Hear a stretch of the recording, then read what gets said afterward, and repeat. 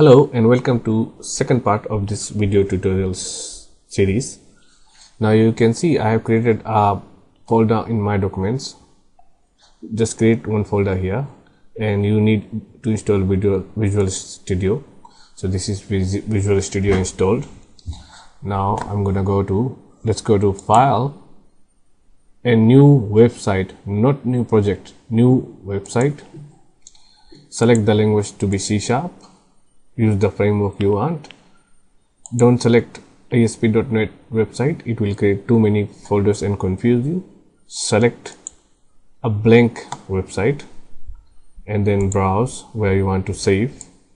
So where's that folder I created for YouTube, right? In this folder, everything in this folder will needs to be uploaded to your IIS server later. I will show that after this website is created. Now let's say open and the path is there, everything seems correct. Let's go OK, and you see one file is created here with only few lines of codes. So if you go to the folder, you see same thing, only one file is created here. It's a web config file. You will need this file to write database path and username and password and all this, so don't worry about this file. Let's close it. Now we will need a couple of folders. Just select your parent website, right click and add a code folder, then right click again and add a database folder, then right click and add a themes folder for images and all this. And if you see, these folders are nothing but just blank folders, so nothing special going on here. Create another folder in here and we name it CSS. This is for style sheets. Okay, and now we create our first page. So we right click, go to add new item, select web form, leave the name default for this one only, and we can rename others. So this is our first page. Here's the code, here's the design, how it looks, and we can see both the code and design at the same time. So we go to File, View in Browser. This is the first page of our website, the main menu page, and this is blank. So we can just write some codes, write something here, and here's the shortcut for the View in Browser button. We can view in browser and we'll see the text appears. Just close the tabs, go here, and now on this folder CSS we right click and add a new item, and it's the style sheet of the page. Style sheet, you can rename if you want, but it's okay. Style sheet, so there is no style here. We right click, we make some space here, and inside the body tag we right click and go build style, and let's go background and make background color for example a light gray, and maybe we want to change the font. There's a lot of stuff in here. We want to change the font to Arial. Okay, now we save all, go to the page, and we see no style has been applied here because we did not link the style sheet yet. This is the page title, we just call it inventory for now. So all the page, if you run, save, and see it's inventory, scroll here and no style has been applied. We close it. So after the title we make some space and create a link. Just drag this here and the link has been created, and see all the style has been applied now. So we do style differently. Also Visual Studio, we go to Tools, Options, and on this here make sure you change your CSS styling to manual mode. If you have it on auto mode, it will create all the style codes in your page here on top here, and it will mess up everything. So now it's all saved. So let's look at this folder. all the style sheet and everything. No themes here, it's all blank. Everything is just creating here, and all this folder we will have to put on our web server to run once the website is built. Going back to Visual Studio, let me show you one thing. Let me show you how this div tag works. So if you want to move anything from the page, what we do is give this. Let's create a new div tag after that.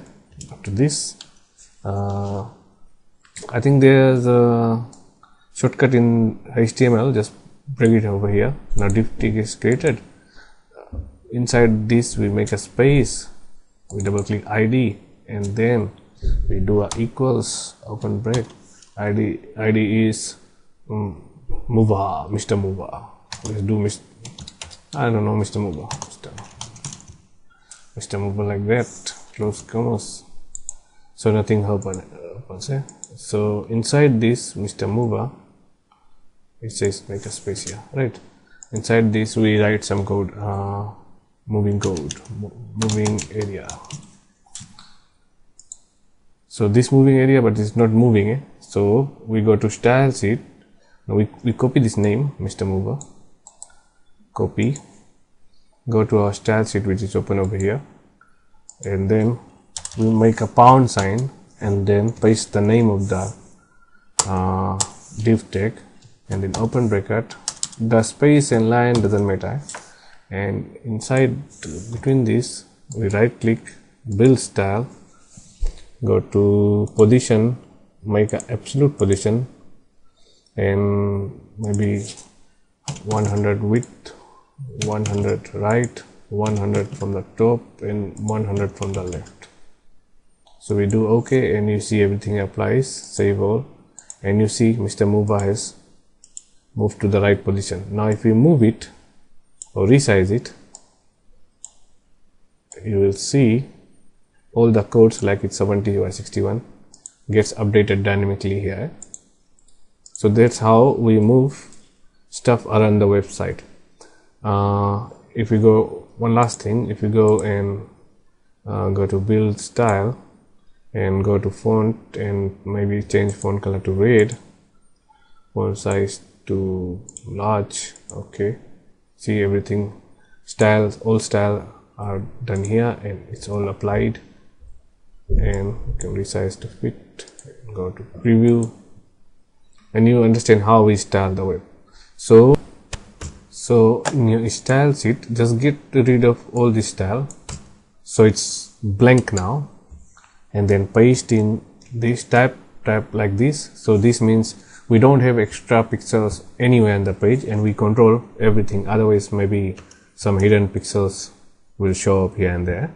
And then type in this for your body style. You can see it's just changing the font and everything, and the background color. You can save, and let's switch over to our website. See, all the colors are already okay, and we get rid of this div tags we created, and we create a new div tag between the forms. We give it an ID of box 1. Okay, so the box 1 is invisible here, we can't see. So we go to style and paste in these styles for box 1 just to center it properly, and save, and we see box 1 is style centered in the page, and save. And then okay, now let's create another div tag here. Let's call this buttons holder, so it will hold our buttons folder, and so it's here, created here. And let's go to style and paste in styles for the buttons holder like so, and save all, and go, and we will see in our website there are two boxes created. One is for the menu holder and other is for the buttons holder. So in the buttons holder we expand and drag in a HTML table like so. So our table is created here. So we can create, right click, we can do insert row below. That's Control Alt down arrow. So I'm just going to do that for a couple of times, and then in the center here I will drag in few buttons like so, and then we leave a line, another button, and leave a line, another button. So these buttons will be coded and named properly. So we just run our website and see how it looks. It looks alright, but we have to style the button and put it in center. So let's do that in the next video, because this video is dragging on quite long. So hope you like the video. Do share and subscribe, and thanks for watching.